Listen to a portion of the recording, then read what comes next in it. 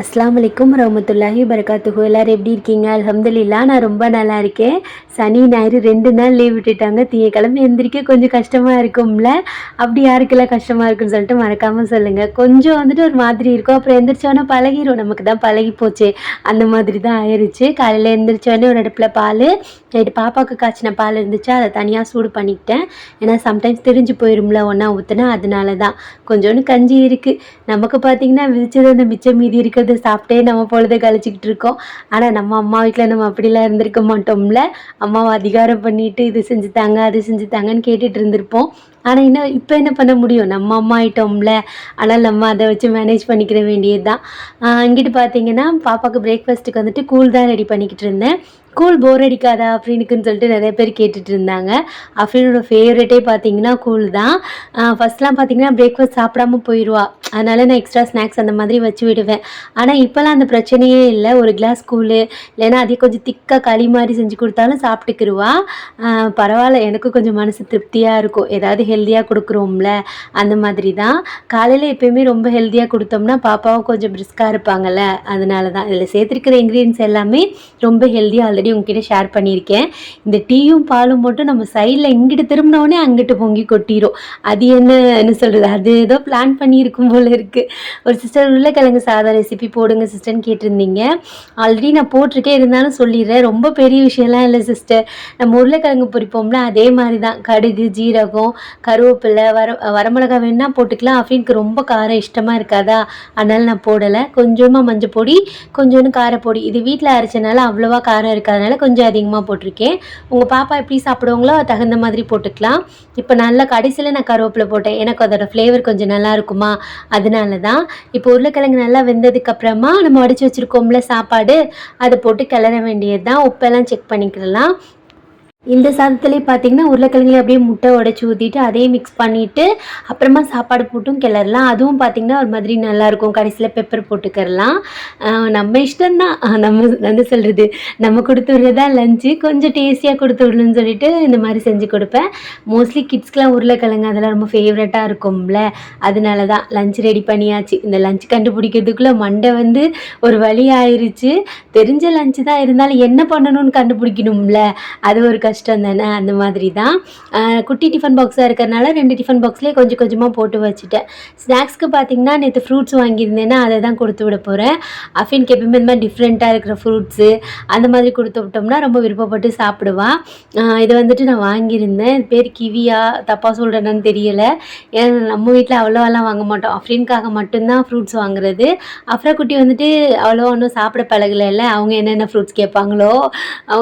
அஃப்ரீன் வந்துட்டு அவன் ஃப்ரெண்ட்ஸ் எடுத்துகிட்டு வராங்கல்ல, அதை பார்த்துட்டு வந்து என்கிட்ட கேட்பான், இந்த மாதிரி இதெல்லாம் வாங்கி தாங்கம்மான்னு சொல்லிட்டு.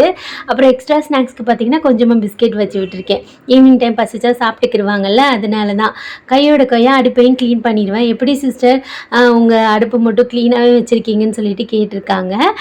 கேட்டிருந்தனால நான் ஆன்சர் பண்ணுறேன். எல்லாருமே அவங்கவுங்க வீட்டை சுத்தமாக தான் வச்சுக்கிடுவோம். அந்த மாதிரி தான் நான் வந்துட்டு எப்பயுமே காலையில் சாப்பாடு வேலை முடிஞ்சோடனே க்ளீன் பண்ணிடுவேன். மத்தியானம் வேலை முடிஞ்சோடனே க்ளீன் பண்ணிடுவேன். அப்பப்போ க்ளீன் பண்ணிடுவேன். அப்படி க்ளீன் பண்ணும்போது கொஞ்சம் ஈஸியாக இருக்கிற மாதிரி என்னோடய ஃபீலிங்கு. அப்புறம் வந்துட்டு அப்படியே நம்ம அடுப்பு பின்னாடி இருக்கும்ல, அதையும் அப்படியே தொடச்சி விட்டுருவேன். நான் ஸ்டிக்கர் ஒட்டி இருக்கிறனால ஈரம் இல்லாமல் அப்படியே தொடச்சிக்கிடுவேன். இல்லைன்னா நீங்கள் வந்துட்டு அப்படியே நல்லா ஈரமாக்கி தொடச்சி, டைல்ஸாக இருந்துச்சுன்னா நல்லா ஈரமாக்கி அழுத்தி தொடச்சோம்னாலே அந்த எண்ணெய் பிசுக்கு இல்லாமல் போயிடும். நான் ஃபஸ்ட்டு இருந்த வீட்டிலலாம் அப்படி தான் க்ளீன் பண்ணிக்கிடுவேன். எப்பயும் போல் எங்கிட்ட பாத்திரம் சேர்ந்துருச்சு. நம்ம குட்டி மேடம்னு எந்திரிக்கவே இல்லை. எப்படி இருக்குது பார்த்தீங்களா நம்ம கட்டில். பாத்திரத்தெல்லாம் வாஷ் பண்ணி வச்சுட்டு நம்ம கட்டிலெல்லாம் நீட் பண்ணி வச்சிடலாம். அப்படி நம்ம ஸ்கூலுக்கு போகிறதுக்கு முன்னாடி இந்த வேலையெல்லாம் முடிச்சிடுவேன். வந்துட்டு நான் டீ குடிக்கிற மாதிரி வச்சுக்கிடுவேன். அப்போ தான் கொஞ்சம் ஃப்ரீயாக இருக்கிற மாதிரி இருக்குமா, நம்ம கிச்சனும் க்ளீனாக இருக்குதுன்னு சொல்லிட்டு நிம்மதியாக உட்காந்து டீ குடிக்கலாம்ல. அதனால தான். குட்டி மேடம் பாருங்கள், நான் பெட்டெல்லாம் க்ளீன் பண்ணிட்டேன். இப்போ தான் மேடமுக்கு முழிப்பு வருது. என்ன பண்ணுறா பார்த்தீங்களா, தூக்கத்தில் என்னமோ பண்ணிக்கிட்டு இருக்கா. அவங்க அக்கா ஸ்கூலுக்கு கிளம்பிட்டேன்னு சொன்னோன்னே எந்திரிச்சு வந்துடுவா, நானும் வந்துடுறேன் அப்படின்னு சொல்லிட்டு. அப்படின்னு அதை வந்துட்டு நேற்று தயிர் சாதம் கேட்டிருந்தாங்க. சரின்னு சொல்லிட்டு இன்றைக்கி செஞ்சு கொடுத்தா. இன்றைக்கி மழை பெஞ்சிட்டு இருந்துச்சு வெளியில். நான் கவனிக்காமல் ரெடி பண்ணி கொடுத்துட்டு காலையிலேயே திட்டு வாங்கியாச்சு. ரொம்ப சந்தோஷமால காலையிலேயே போனி பண்ணி வச்சுட்டு ஆல்ரெடி நான் ஷார்ட்டில் போட்டிருப்பேன்ல அந்த மாதிரி தான். என்னடா பொழுது என்னது திட்டு வாங்காமலே பொழுது போகுதே அப்படின்னு யோசிப்பா. எப்பயுமே என்கிட்ட ஸ்கூலுக்கு போகிறதுக்கு முன்னாடி எப்படியாவது திட்டு வாங்கிட்டு போயிடுவா. அவளை மாதிரி இன்னைக்கு நானும் காலையிலேயே வெள்ளன்னு திட்டு வாங்கிட்டேன். என்ன பண்ண முடியும், ஒன்றும் பண்ண முடியாது. மேடமும் எந்திரிச்சிட்டாங்க, அப்படி நம்மவும் ஸ்கூலுக்கு போயிட்டாங்க.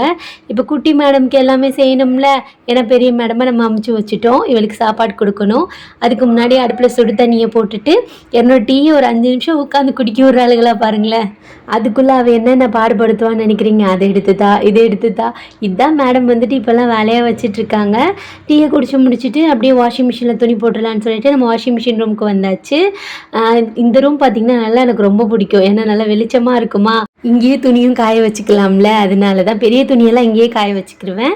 இன்னொரு கம்பி ஸ்டாண்டில் காய வச்சுக்கிருவேன். நான் ஆல்ரெடி நிறைய டைம் வந்துட்டு சிக்கன் குழம்பு ரெசிபி போட்டிருக்கேன். ஆனாலுமே திருப்பி திருப்பி ஒரு சிஸ்டர் கேட்டுகிட்டே இருக்காங்க.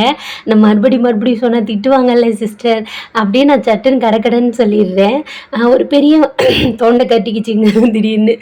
ஒரு பெரிய வெங்காயம், கொஞ்சமாக கருவேப்பிலை, 3 பச்சை மிளகாய், கண்ணாடி மாதிரி வெங்காயம் வதங்கினதுக்கப்புறமா இஞ்சி பூண்டு பேஸ்ட் போட்டு பச்சை ஸ்மெல் போகிற வரைக்கும் வதக்கிக்கலாம். அப்புறம் 2 தக்காளி போட்டுக்கலாம். அது அவங்க வந்துட்டு நம்ம கறி மசாலா வாங்கியிருக்காங்களா, அதில் எப்படி செய்யலான்னு சொல்லிட்டு கேட்டிருப்பாங்க போல இருக்குது. கொஞ்சமாக வந்துட்டு மிளகா பொடி போடணுமான்னு வந்துட்டு நிறைய பேருக்கு டவுட் இருக்குது. இந்த மசாலா மட்டும் போதுமா அப்படின்னு. இல்லை, மிளகா பொடியும் போடணும். நான் வந்துட்டு கொஞ்சமாக மஞ்சள் பொடியும் போடுவேன். நம்ம நான்வெஜ் செய்கிறனால நான் அந்த மசாலாலேயும் மஞ்சள் பொடி போட்டிருப்பேன். இருந்தாலும் கொஞ்சமாக போட்டுட்டு எண்ணெயிலே நல்லா வதக்கி விட்டுருவேன். ஒரு நிமிஷம் வதக்கி விட்டால் போதும், இல்லைன்னா கருகிரும், டேஸ்ட்டே சேஞ்ச் ஆயிரும். அதனால தான் இப்போ நம்ம வாஷ் பண்ணி வச்சுருக்க சிக்கனோ மட்டனோ ஏதோ ஒன்று. நம்ம வீட்டில் இன்றைக்கி சிக்கன் தான். கொஞ்சம் அன்றைக்கி வாங்கின சிக்கனில் கொஞ்சம் எலும்பாக இருந்துச்சா, சரி குழம்பு மாதிரி வச்சுட்டு மாங்காய் தொக்கு பண்ணி இன்றைக்கி பொழுது முடிச்சிடலான்னு சொல்லிட்டு தான் செஞ்சுட்டு இருந்தேன். மசாலா போட்டு பெரட்டிட்டு 2 மினிட்ஸ் அப்படியே எண்ணெயிலே வதக்கி விட்டுட்டு தண்ணி ஊற்றிக்கலாம். உங்களுக்கு நல்ல கிரேவியாக வேணும்னா தகுந்த மாதிரி மசாலா போட்டுக்கணும். தண்ணியாக வேணும்னா தகுந்த மாதிரி மசாலா யூஸ் பண்ணிக்கலாம். நீங்கள் 1 டைம் யூஸ் பண்ணிங்கன்னா உங்களுக்கே தெரிஞ்சு போயிடும். இந்த ட்ரைபாட் பார்த்தீங்கன்னா அப்படின்னா தான் அந்த வீட்டில் இருக்கும்போது வாங்கி கொடுத்தாங்க. இப்போ தான் செட் பண்ணிகிட்டு இருந்தாங்க. அதில் பார்த்தீங்கன்னா முக்கியமாக அந்த ஃபோன் வைப்போம்ல, அந்த ஸ்டாண்டை காணோம். அதில் ஒரு ஸ்க்ரூ போடுவாங்கள்ல, அதையும் காணோம். ஸ்டாண்ட் எப்படியோ கண்டுபிடிச்சி எடுத்தாச்சு, ஆனால் அந்த ஸ்க்ரூவை காணோம். என்ன பண்ண முடியும், ஒன்றும் பண்ண முடியாது. அதுக்கு ஏதாவது சொல்யூஷன் இருக்கான்னு வந்துட்டு சர்ச் பண்ணணும். அப்படின்னு தான் ஃபஸ்ட்டு வாங்கி கொடுத்தது. நான் இந்த வீட்டுக்கு வந்து யூஸ் பண்ணலான்னு சொல்லிட்டு பத்திரமா வச்சுருந்தேன். அது எங்கிட்ட மிஸ் ஆயிடுச்சு போல் வீடு காலி பண்ணிட்டு வந்ததில். இங்கிட்டு பார்த்தீங்கன்னா குழம்பும் ரெடி ஆயிடுச்சு. அப்படியே கையோட கையாக கிச்சனையும் க்ளீன் பண்ணி முடிச்சாச்சு. ரொம்பவே டேஸ்ட்டாக இருந்துச்சு. நீங்கள் நான் உருளைக்கிழங்கு போட்டிருந்தேன், ஏன்னா அதில் சிக்கன் அவ்வளோவா இல்லையா, அதனால முருங்கைக்காய் கூட போட்டு செய்யலாம், செம்ம டேஸ்ட்டாக இருக்கும். சரி, தொட்டுக்கிறதுக்காக நம்ம வீட்டில் மாங்காய் இருந்துச்சா, நமக்கு ஆல் டைம் மாங்காய் ஃபேவரெட்டு தான், சும்மாவே சாப்பிடுவோம். சரி, ஒரு தொக்கு மாதிரி செய்யலான்னு சொல்லிட்டு கடுகு, வெந்தயம், வரமிளகாய் இதை வறுத்துக்கலாம். வெந்தயம் கொஞ்சம் கம்மி பண்ணி போட்டுக்கோங்க, இல்லைன்னா கொஞ்சம் கசக்கிற மாதிரி இருக்குமா, அதனால தான். வெறும் கடாயில் வந்துட்டு வறுத்துட்டு தனியாக எடுத்து வச்சுட்டு மிக்சி ஜாரில் அரைச்சி எடுத்துக்கலாம். தண்ணியெல்லாம் ஊற்றக்கூடாது, சும்மா பவுடர் மாதிரி அரைச்சி எடுத்துக்கலாம். அதுக்குள்ளே நான் மாங்காயெல்லாம் கட் பண்ணி வச்சுட்டேன். அதுக்குள்ளே பாதி மாங்காய் வாயிலே சாப்பிட்டு முடிச்சாச்சு. அது என்னவோ அந்த மாங்காய் பார்த்தா மட்டும் சாப்பிடும் போலேயே தோணிகிட்டே இருக்கும்ல. இந்த ஊறுகாய் செய்யும் போது கூட எனக்கு அந்த மிளகா பொடி போடும்போது, உப்பு போட்டு அப்படியே மிக்ஸ் பண்ணும்போது அப்போ எடுத்து சாப்பிட்லாம் போல் இருந்துச்சு. எடுத்து சாப்பிடவும் செஞ்சேன். உங்ககிட்ட சொல்கிறதுக்கு என்ன இருக்குது. இப்போ வந்துட்டு மாங்காயை போட்டுட்டு கொஞ்சமாக காரப்பொடி, உப்பு போட்டுட்டு நல்லா வதக்கி விட்டுடலாம். இப்போ நம்ம வறுத்து வச்சுருக்கோம்ல, அந்த மசாலாவை வந்துட்டு அரைச்சிட்டு வந்துடலாம். அவ்வளோதான். இதை பார்க்கும்போதே எப்படி இருக்குது, உங்களுக்கும் சாப்பிட்ணுன்னு தோணுதில்ல. அது என்னமோ மாங்காய் பிடிக்கிறவங்களுக்கு தெரியும், நல்லாயிருக்கும் இப்படியே எடுத்து சாப்பிட்றதுக்கு. நானே என் தங்கச்சி எல்லாம் எப்படி சொல்கிறது, ஒரு காலத்தில் ஒரு மாங்காயை உட்காந்துட்டு யாரா ஃபஸ்ட்டு சாப்பிட்றதுன்னு சொல்லிட்டு போட்டுலாம் சாப்பிட்ருக்கோம். அந்த மாதிரிலாம் இருந்திருக்கு. அது ஒரு மெமரிஸ். அது என்னன்னே தெரியல. நம்ம வாய்ஸ் ஓவர் கொடுக்கும்போது தான் நம்ம வாய்ஸே ஒரு மாதிரி டிஃப்ரெண்ட்டாக போகுது. அது என்னன்னு தெரியல. பேசிகிட்டு இருக்கும்போது அது பாட்டுக்கு என்ன சொல்கிறது, நம்ம டோனு எப்படி சேஞ்ச் ஆயிடுது. என்ன பிரச்சனையோ, நமக்கு தொண்டைக்கு என்ன பிரச்சனை ஆச்சுன்னு தெரியல. இப்போ நம்ம வறுத்து வச்சுருக்கோம்ல, அதை அரைச்சிட்டு நம்ம ஊறுகாயில் மிக்ஸ் பண்ணிவிட்டு அடுப்பை ஆஃப் பண்ணிடலாம். நல்லெண்ணெய் ஊற்றி செஞ்சால் இன்னமும் டேஸ்ட்டாக இருக்கும். நம்ம வீட்டில் நல்லெண்ணெய்லாம் இல்லை, இதுவே சூப்பராக புளிப்பாக காரமாக நல்லா இருந்துச்சு. நீங்களும் கண்டிப்பாக ட்ரை பண்ணி பாருங்கள். இதோட ரெசிபியும் ஒரு சிஸ்டர் கேட்டிருந்தாங்க. உங்களுக்கு வேணும்னா ட்ரை பண்ணி பாருங்கள், நல்லா இருந்துச்சு. தயிர் சாதம் அதுக்கெலாம் சூப்பராக இருக்கும். சாம்பார் சாதம். வயிறு எங்கே வலிக்குதுமா? சரி, என்ன பண்ணுதுமா, என்ன பண்ணுது?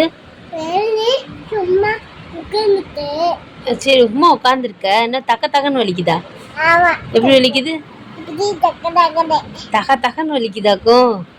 அம்மாடி, எவ்வளோ குட்டி பல்ல அழகா இருக்கு. ஈ கம்மிங்க. வாவ் கியூட்டா இருக்கு. எங்க வாங்குன? எங்க வாங்குன பல்லு? கடையிலையா? அம்மாக்கு வாங்கி தெரியா? வாங்கி தெரியா? என்னது என்னது? புல்லு. ஐயோடா கண்ணடி. ஐயோ அம்மா சொல்லு. கரடி மாமா சொல்லு. சொல்லு அந்த ரைம்ஸ் சொல்ல சொன்னேன். கரடி மாமா கரடி மாமா எங்க போறீங்க? கரடி மாமா எங்க போறீங்க? காற்று புக்கு வீரருக்கு எங்க இருக்கீங்க? ஐயோ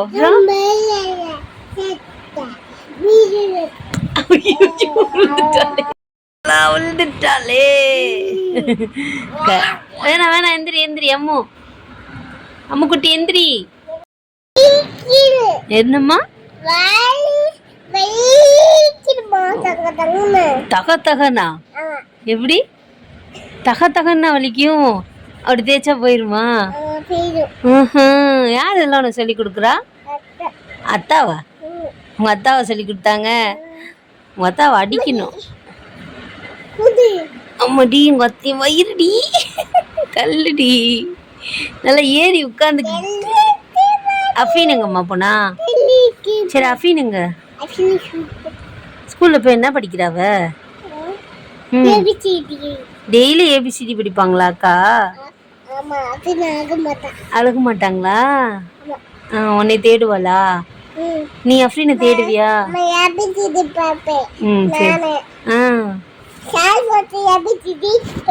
ஷால் போட்டு ஏபிசிடி படிப்பியாடா? சரி கரடி ரைம்ஸும் சொல்ல மாட்டேங்கிறேன். அவனை சேர்த்துக்கவே மாட்டாங்க. ஜானி ஜானி எஸ் பாப்பா சொல்லு.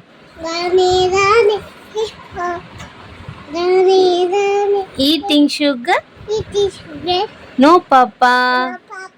Telling lies no papa. Open your mouth.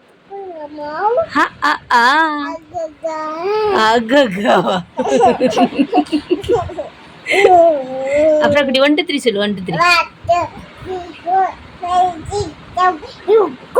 8 9 10 ready start.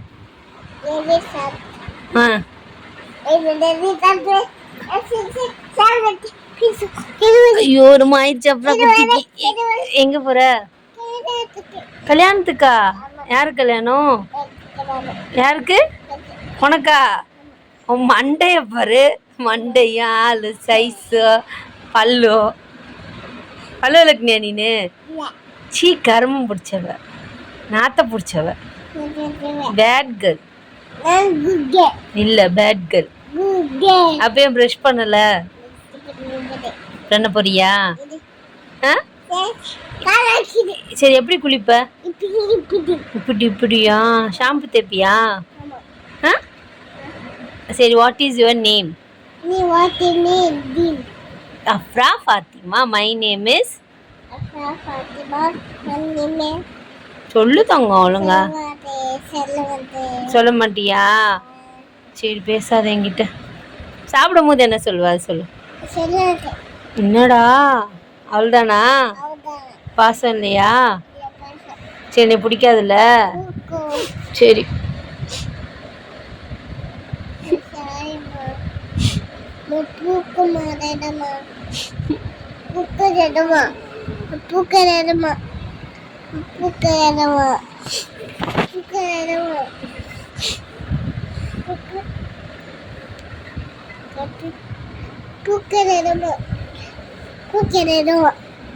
விட்ரி போதுண்டி பொடி.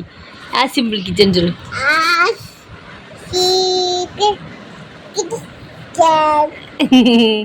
அம்மா சேனல் பேர் என்னது? மணி 3:30 போத்தா சொல்லு.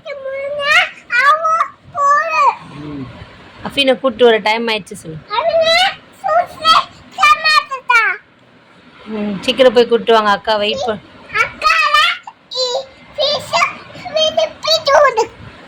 அக்கா வெயிட் பண்ணுவா சொல்லு. அழுவா.